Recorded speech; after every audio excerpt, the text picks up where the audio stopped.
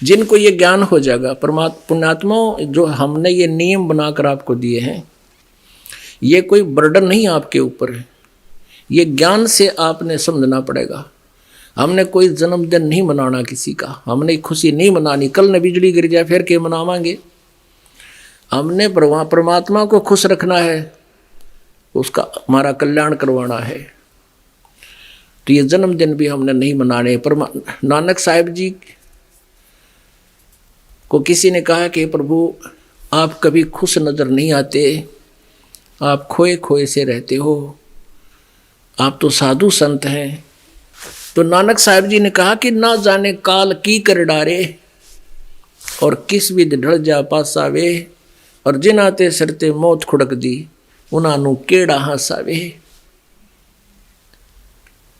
अब देखो जगह जगह देखते हैं, एक बहुत बार ऐसा आता है समाचार पत्र में, एक बार रोहतक में एक बारात वो नाचते हुए भी दिखा रहा कि पहले दिन के ये डीजे पर नाचे थे सारे, और अगले दिन वो बारात जा रहे थे कलानौर के पास, भिवानी साइड में जा रहे थे। कलानौर के पास वो कार टकरा गई एक ट्रक तय, जिसमें दूल्हा बैठा था, और दूल्हा मर गया और 7 और मर गए, 8 मौत इकट्ठी होगी उस परिवार की। अगले दिन फिर उनके नो बाल पाड़ते हैं कि नो टक्कर मारते हैं कि एक दूसरे के चपट कर रोते हैं कि पेपर में फोटो आ रही थी। अब बता के खुशी के बाज गया डीजे कर, हो गया नाच खड़िया। तो यहाँ कहते नानक साहब कहते ना जाने काल की कर डारे, और किस विध ढल जा पासावे, और जिन आते शरते बहुत खुड़क दी, उन्होंने केड़ा हासावे। अब नानक साहिब जी से कहा कि हे प्रभु क्या आप कभी खुश नहीं होते?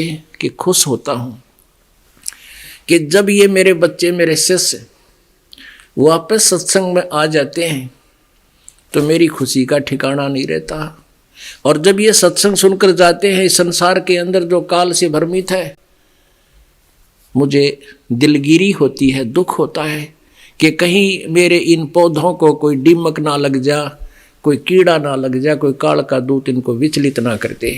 और जब ये एज इट इज वापस आ जाते हैं, मेरी खुशी का ठिकाना नहीं रहता कि बच्चे अभी मेरे बचे हुए हैं।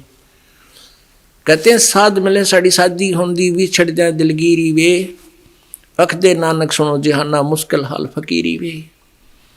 कहते हैं साध मिले, ये भक्त आते हैं जो मेरे खुशी का ठिकाना नहीं, हमारी शादी होती है, ये हमारा ब्याह, भगवान की भक्ति करें, गुण गावें, हैं खूब हलवे खावें और भोग लागे उस दिन खीर बनावें, तो ये हमारी खुशी